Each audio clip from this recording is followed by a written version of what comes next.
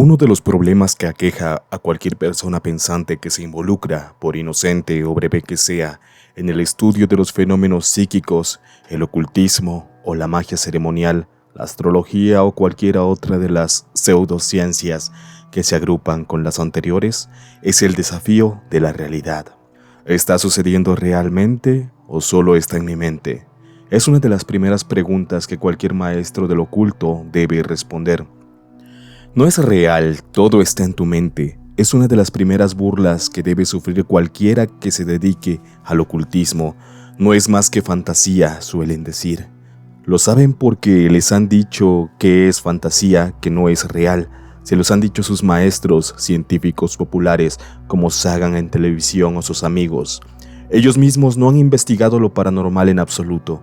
A menudo no están preparados para tal investigación. Lo que saben es lo que les han dicho. Descubrirás que incluso el más torpe e ignorante de los hongos mentales tiene una visión muy definida y muy científica sobre una cosa: la imposibilidad de cualquier fenómeno psíquico.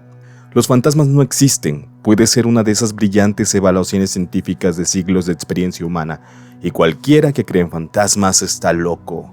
Al vincular los conceptos gemelos de creencia y lo paranormal, llegamos a un ejemplo conveniente del uso del lenguaje para alterar la percepción, pues o creemos o no creemos en fantasmas, magia, Dios o el diablo. Simplemente no hay un enfoque equivalente para la geometría plana, la raíz cuadrada de -1 o el código genético. A nadie se le pregunta nunca si cree en el teorema de Pitágoras ni en ningún teorema de Euclides. O, por cierto, a nadie se le pregunta nunca si cree que la circunferencia de un círculo contiene exactamente 360 grados, aunque ese número nos llega de la mitología babilónica y no es resultado de una observación científica. En lugar de perder mucho tiempo intentando, con estas palabras, hacer una defensa general de un sistema de creencias ocultista, quisiera señalar un solo único elemento importante en este debate que generalmente pasa desapercibido: el origen de las palabras realidad y fantasía, y lo que realmente implican cuando se usan en esta o cualquier discusión. Realidad viene de la raíz indoeuropea reg, de la cual se deriva una serie de palabras que significan recto, directo, en línea recta, regente, y rey, reino o gobernantes. Y palabras como regio, real, regular, reino y rango. La realidad, por lo tanto, está íntimamente ligada a la idea del rey. Todo aquel que esté familiarizado con la historia antigua recordarán que el rey o el faraón es la persona responsable de establecer los límites de los recintos sagrados para el diseño y la orientación de la ciudad-estado. El rey decidía qué era real. Cualquier cosa fuera de esta área no era real, no era del rey, no estaba sujeto a medición, al gobernante, y por lo tanto, cuando la gente te pregunta qué significa realmente, lo que te están preguntando es ¿qué dice el rey que es? Cuando preguntan ¿es real?, te están preguntando ¿es parte de la realeza? ¿Parte del reino? Fantasía, por otra parte, proviene de la raíz indoeuropea fa, de la cual se deriva otra larga lista de palabras que significan brillar o ser traído a la luz. La implicación, por supuesto, es que el sujeto traído a la luz había existido previamente en la oscuridad, en el reino externo al del rey, la parte que no estaba sujeta a la medida del gobernante. Pero sacar algo a la luz no es cuestionar su existencia, sino simplemente decidir si algo debe permitirse dentro del reino de lo real, el reino de lo gobernante, de lo que es medible, o dejarlo fuera del reino en las tinieblas exteriores. Por lo tanto, la cuestión de la realidad es lo que es, y lo que no es real es propiamente una cuestión política. La idea de realidad forma parte del derecho civil tanto como la idea de la locura, que también es un término civil no científico. La realidad, la fantasía y la locura las determina el rey en una monarquía, el Estado en una sociedad fascista, comunista u otra sociedad totalitaria, o el consenso general en otras formas de gobierno o en el propio vecindario. Así los parámetros de la realidad del bien inmueble se establecieron en los 4 extremos del reino hace mucho tiempo, y desde entonces la mayoría de la población nunca los ha cuestionado. Se nos dice que la realidad está determinada en primer lugar por los 5 sentidos ordinarios.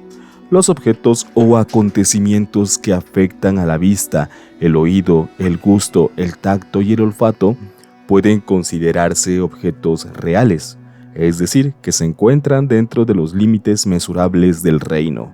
Sin embargo, el testimonio de una sola persona sobre si tal objeto o evento afectó alguno de estos sentidos no es suficiente para declararlo real, a menos que esa persona sea el rey, claro. Lo que se requiere es un consenso general de acuerdo por parte de los gobernantes que dé fe de que los sentidos fueron afectados de la manera descrita por el objeto o evento así identificado. Sin embargo, ¿qué sucede cuando alguien ve un fantasma, o escucha voces, o huele los vapores sulfurosos del infierno, o siente el roce de una mano etérea, o muerde el pan del sacrificio y prueba la carne? Es entonces cuando la experiencia del individuo se separa de la experiencia del rey o del grupo, cuando deja de ser realidad. De esta manera, incluso nuestros sueños se han vuelto irreales, aunque no pueda haber absolutamente ninguna duda de que existen. En un gobierno totalitario como lo fue la Unión Soviética, el Estado es quien decide quién está cuerdo y quién está loco, y envía a muchos presos políticos a manicomios. En otras palabras, los presos han cuestionado la visión o los parámetros de la realidad tal como la percibe el Estado y, por lo tanto, están locos.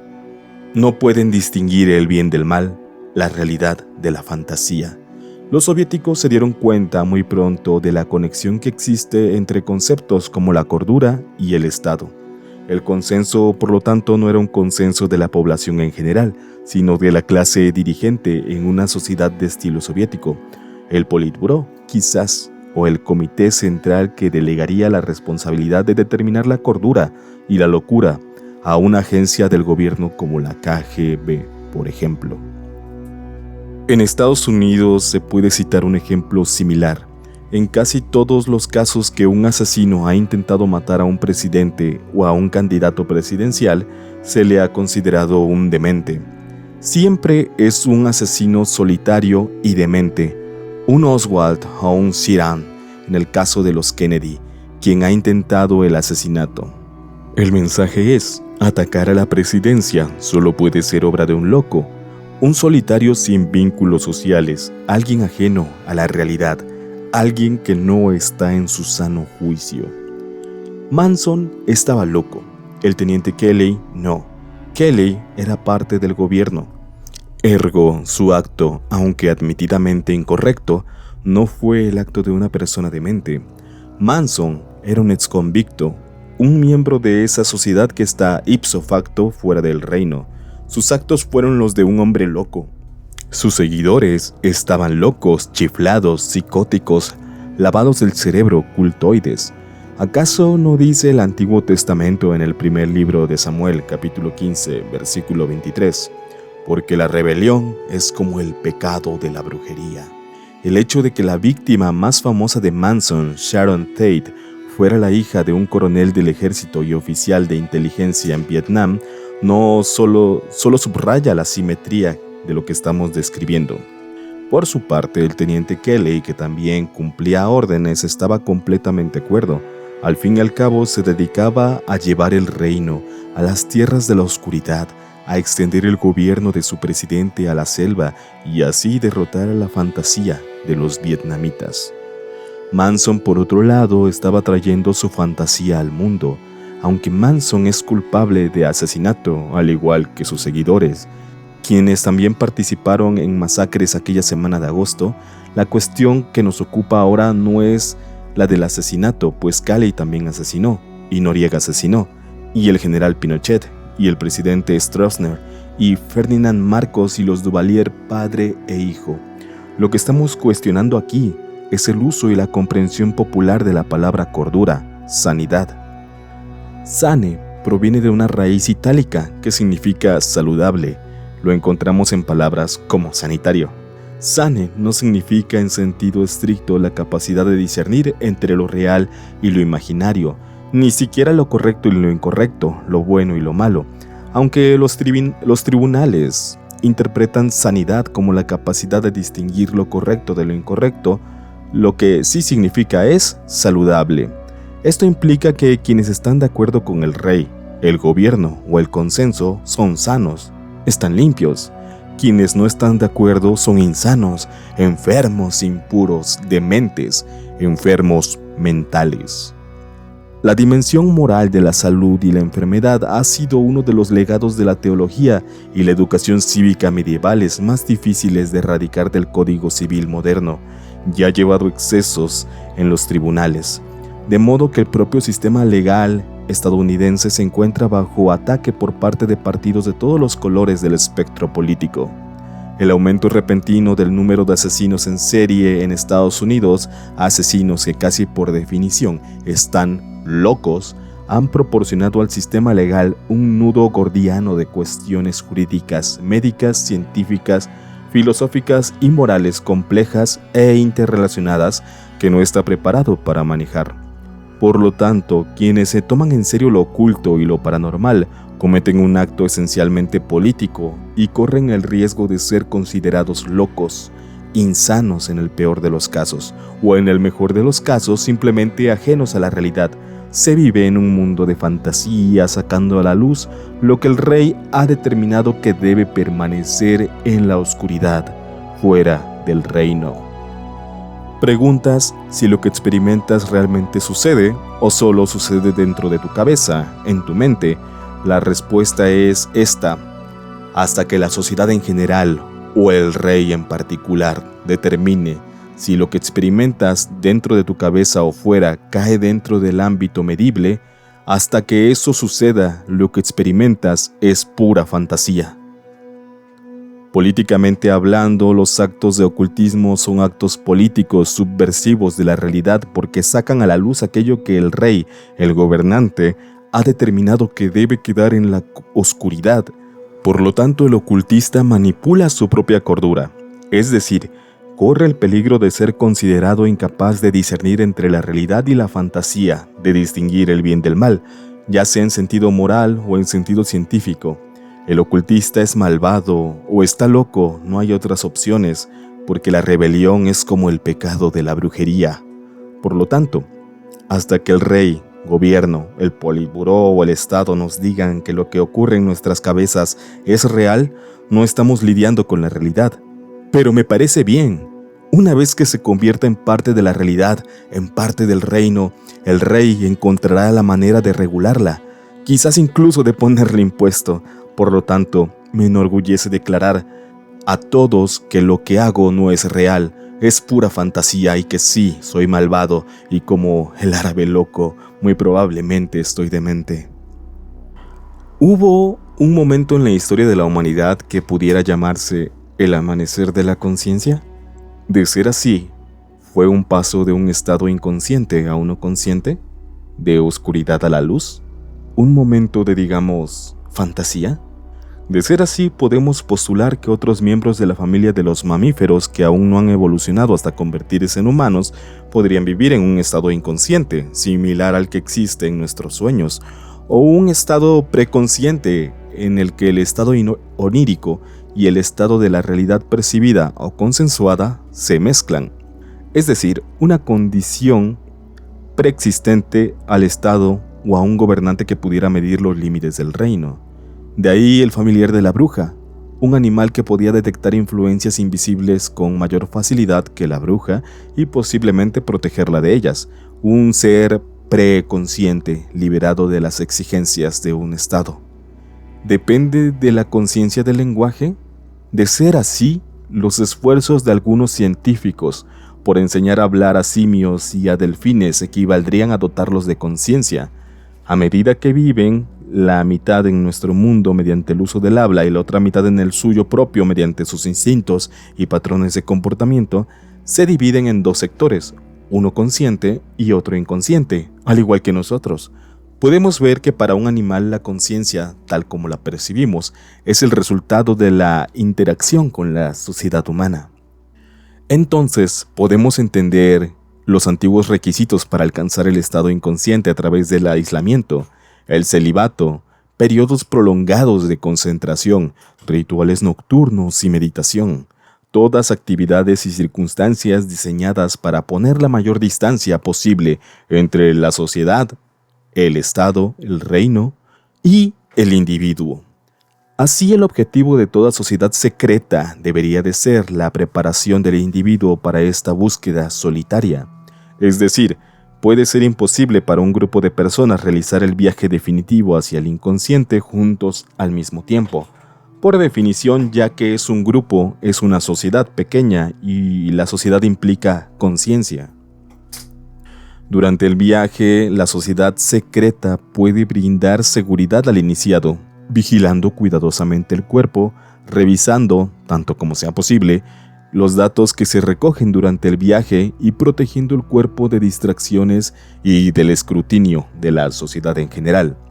Y después del viaje, la sociedad secreta juega un papel importante en el informe del individuo, la validación de su viaje y la descompresión gradual de ese individuo para que pueda reincorporarse a las filas de la sociedad en general con relativa seguridad.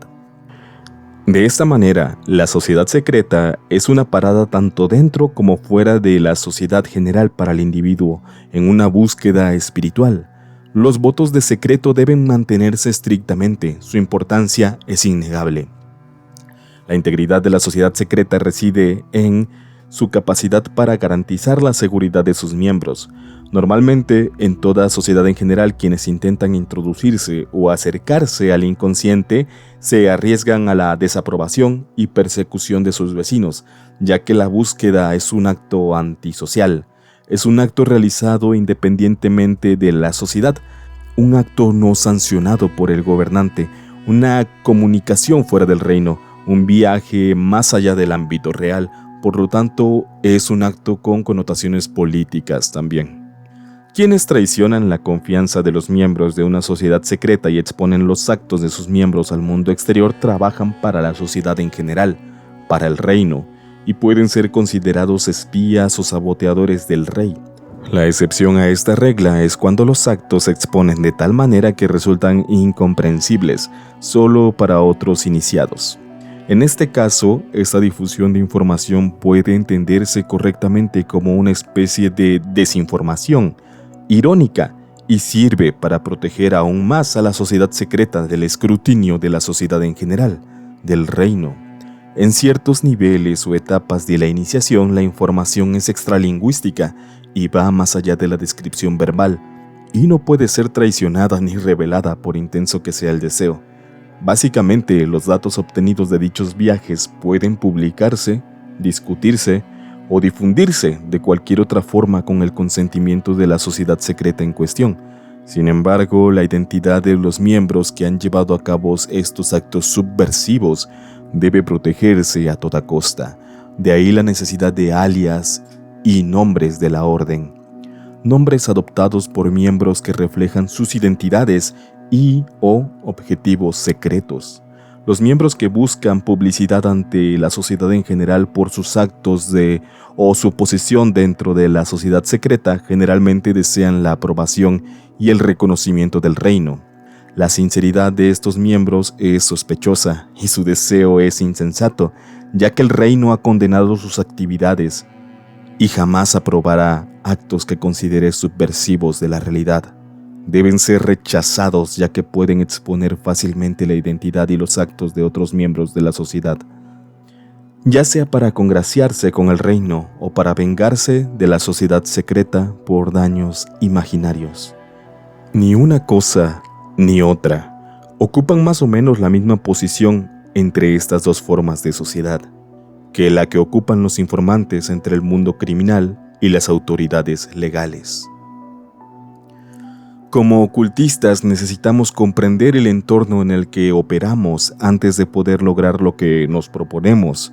Por lo general, este tipo de entorno, lo que llamo aquí cosmología, suele ser poco abordado en la literatura o descrito con tanta minuciosidad por algunas de las sectas o sociedades secretas, y por lo tanto, tan dependiente de sus propias y peculiares fórmulas culturales que bien podría omitirse por completo, a menos que se pertenezca a alguna de estas sectas o sociedades secretas.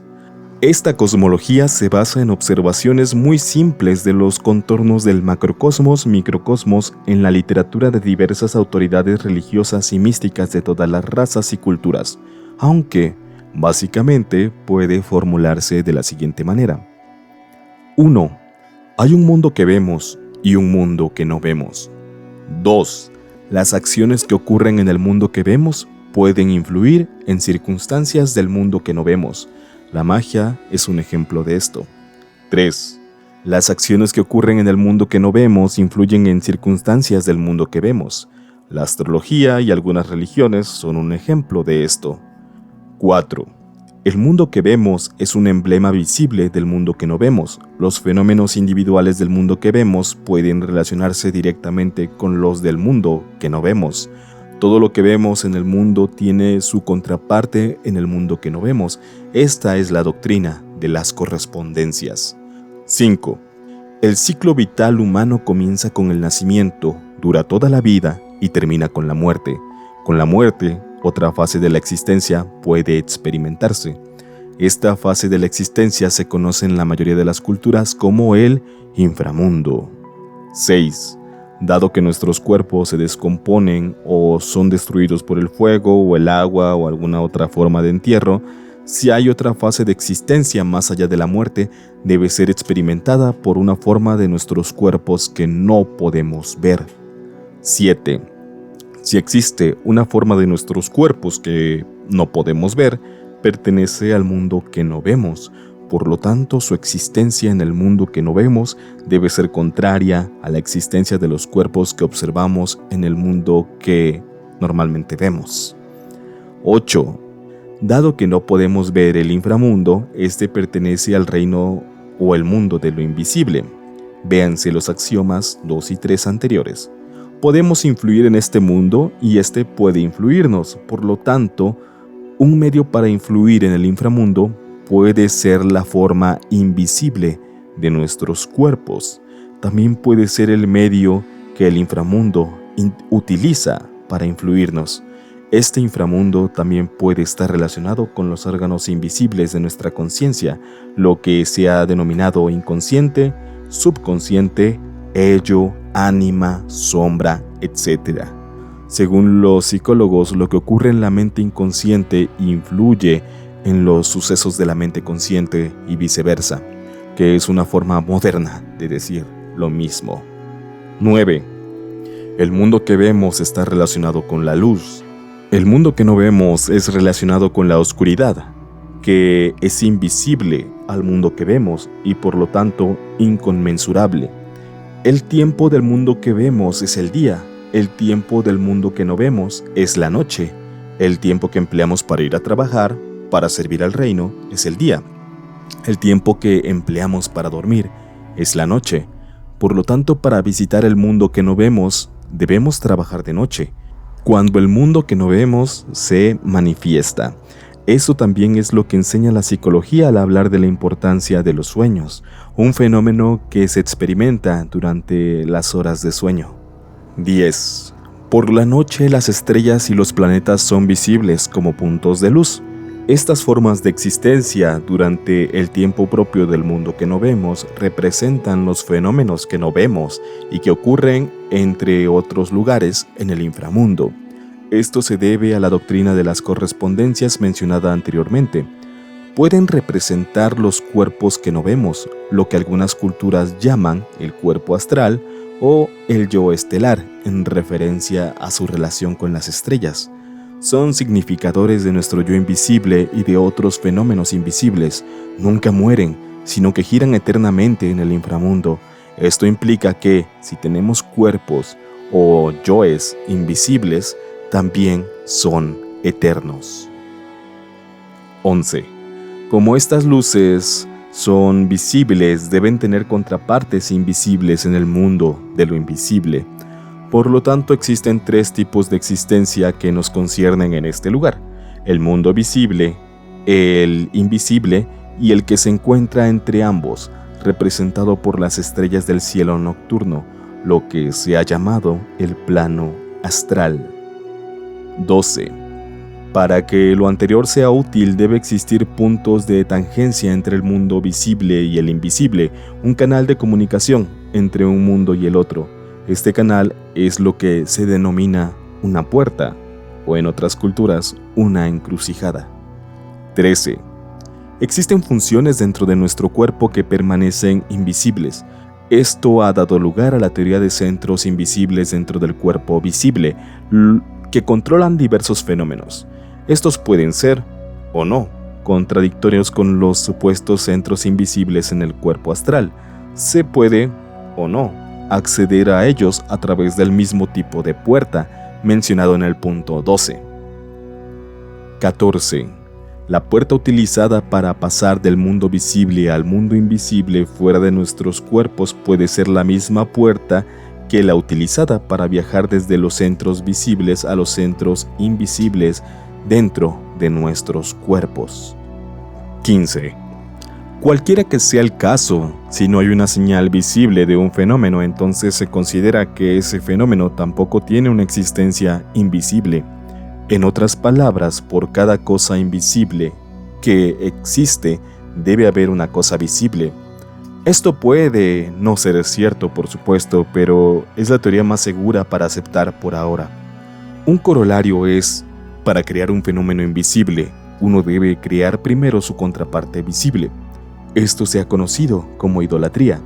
O para crear un fenómeno visible, uno debe crear primero su contraparte invisible. Esto se ha conocido como lanzar un hechizo. Si se intenta crear un fenómeno invisible pero no resulta ningún fenómeno visible, entonces ese intento se considera un fracaso, es decir, el hechizo no funcionó. Pero si se crea una cosa visible, entonces su contraparte invisible se crea simultáneamente, es decir, el Dios al cual hemos hecho una estatua realmente existe. Si el Dios es poderoso o no, está determinado por el poder del creador de ese Dios. 16. La comunicación entre ambos mundos puede ser débil o fuerte. Una comunicación débil se conoce como un sueño. Una comunicación fuerte se produce mediante actos deliberados de la mente consciente sobre el inconsciente, magia, hechizos, etc. O mediante la manipulación de la mente consciente por parte del inconsciente, psicosis, alucinaciones, visiones, etc. Ambos tipos de comunicación fuerte son políticamente sospechosos y pueden llevar a su portador o practicante a la prisión o al manicomio. 17.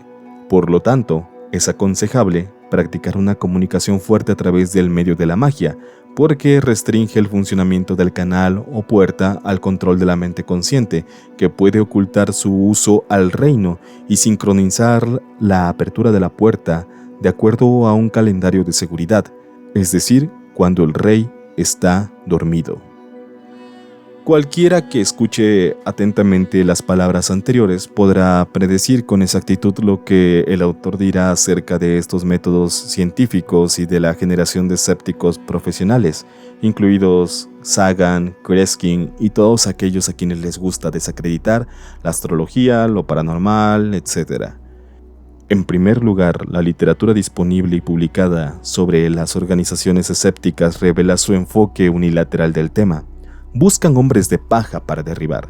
El autor aún no ha visto una investigación minuciosa de la astrología, por ejemplo, que no se base en las versiones de los diarios que todos los astrólogos profesionales admiten rápidamente como tan generales y vagas que resultan completamente inútiles. Recuerdo el episodio de Cosmos en el que Sagan, por ejemplo, lee las predicciones de varios signos solares en un periódico y las ridiculiza con toda razón. Parece que solo con lo paranormal la ciencia puede permitirse abandonar el método científico y en cambio condenar estas prácticas como fútiles, argumentando que las teorías científicas actuales, en el caso de la astrología y las relativas a las influencias gravitacionales y magnéticas de los planetas y las luminarias sobre la Tierra, no permiten su inclusión con las demás ciencias. Esta actitud habría sido familiar para Copérnico y Galileo.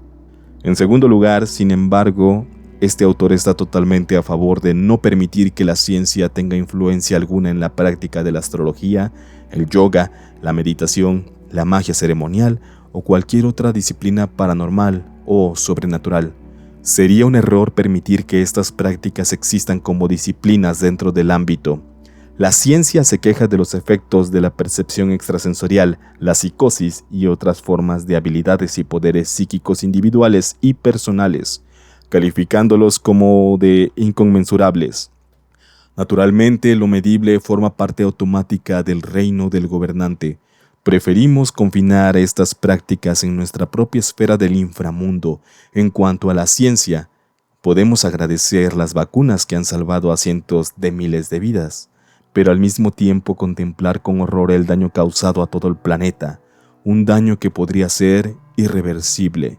El perjuicio que la ciencia ha causado a la humanidad se puede calcular por el grado que nos ha obligado a depender de lo medible, lo visible, lo tangible.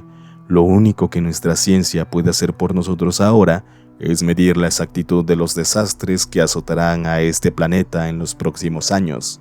Es incapaz de ayudarnos a evitarlos. Solo nosotros podemos hacerlo.